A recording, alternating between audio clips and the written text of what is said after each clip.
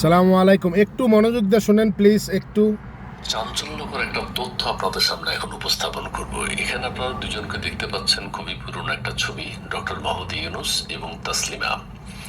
গ্রামীণ ব্যাংকের পক্ষ থেকে উনি পুরস্কার নিয়েছেন, ক্ষুদ্র ঋণের জন্য উনি নিয়েছেন। ঠিক আছে, যৌথভাবে নোবেল পুরস্কারটা দেওয়া হয়েছে, এটা আমরা সবাই জানি। যৌথভাবে দেয়া হলেও এই নারী এখন কোথায়? ওনার নাম আমরা কেউ জানি না কেন, উনি কোথায় আছেন, কিভাবে জীবন যাপন করছেন? ডক্টর ইউনূস সাহেবের এত উন্নতি, নোবেল পুরস্কারের সমস্ত প্রাইজ মানিগুলো, টাকাগুলো কোথায়? উনি কি এককভাবে নিয়েছেন, নাকি ওনাদেরকে দিয়েছেন, নাকি গ্রামীণ ব্যাংকের কর্মীদেরকে দিয়েছেন? নোবেল পুরস্কার অর্ধেক পেয়েছেন উনি, অর্ধেক পেয়েছেন ইনি, এটা আমরা সবাই জানি।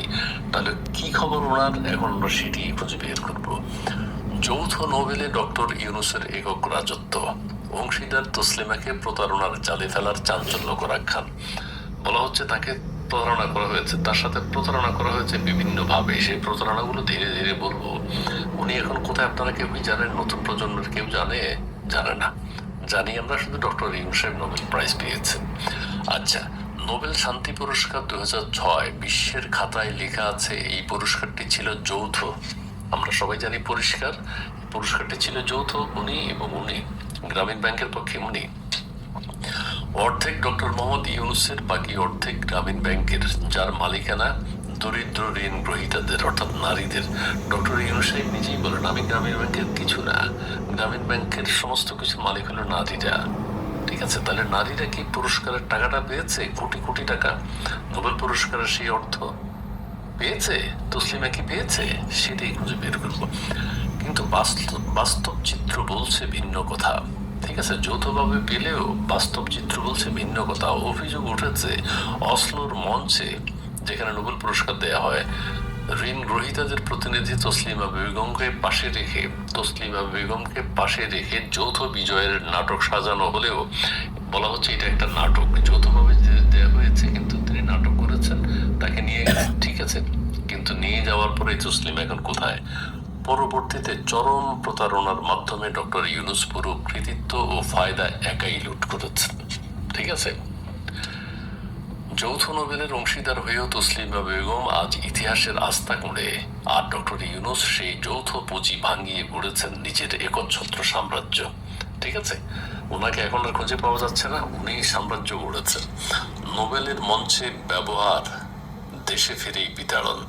নোবেলের মঞ্চে তাকে ব্যবহার করেছে, দেশে ফিরেই তাকে বিতাড়িত করেছে।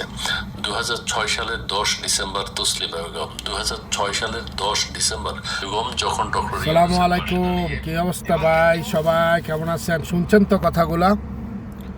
আবল চিন্তা করেন, ডক্টর ইউনূস কত বড় হিটলার, কত বড় জানোয়ার। সবচেয়ে বড় দেশদ্রোহী জঙ্গি সংগঠন হচ্ছে ডক্টর ইউনূস।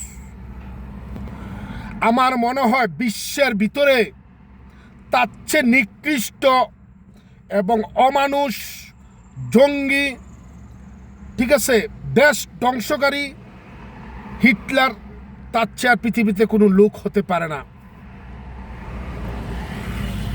আপনারা বাংলাদেশের মানুষ এখনো চুপ করে বসে আছেন। আসলে আমরা বেহাইয়া, লজ্জাহীন। কিছু কিছু অমানুষ যারও সন্তান আছে বাংলাদেশে এখনো জামাতকে এবং এই ইউনূসকে সাপোর্ট করে। যারও স্বার্থের জন্য মা বোনদেরকে নিয়ে ইউনূসের বিছানায় দিয়া দিব। এত বড় দেশদ্রোহী, দেশের শত্রু, জাতির শত্রু, বাংলাদেশটাকে ধ্বংস করেছে।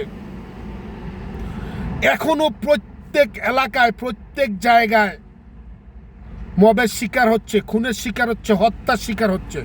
প্রতিদিন প্রতিনিয়ত আপনারা দেখেন কোনো না কোনো জায়গায় মানুষ হত্যা, অসহায় নিরীহ মানুষকে খুন করতেছে।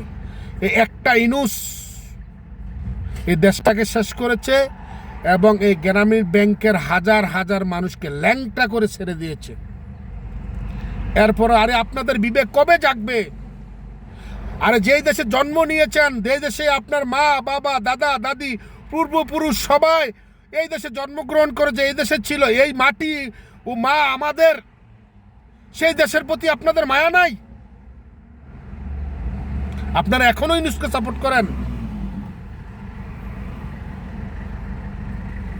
এই জঙ্গিকে, এই অমানুষকে, ইহুদিকে। আপনারা কি মানুষ? আর এখনো আপনার বিবেক লাড়া দেয় না? বিবেককে জাকেন, নিজের বিবেককে প্রশ্ন করেন। আর এই ডক্টর ইউনূস শেখ হাসিনাকে ফাঁসি দিবে, স্বপ্নই থেকে যাবে।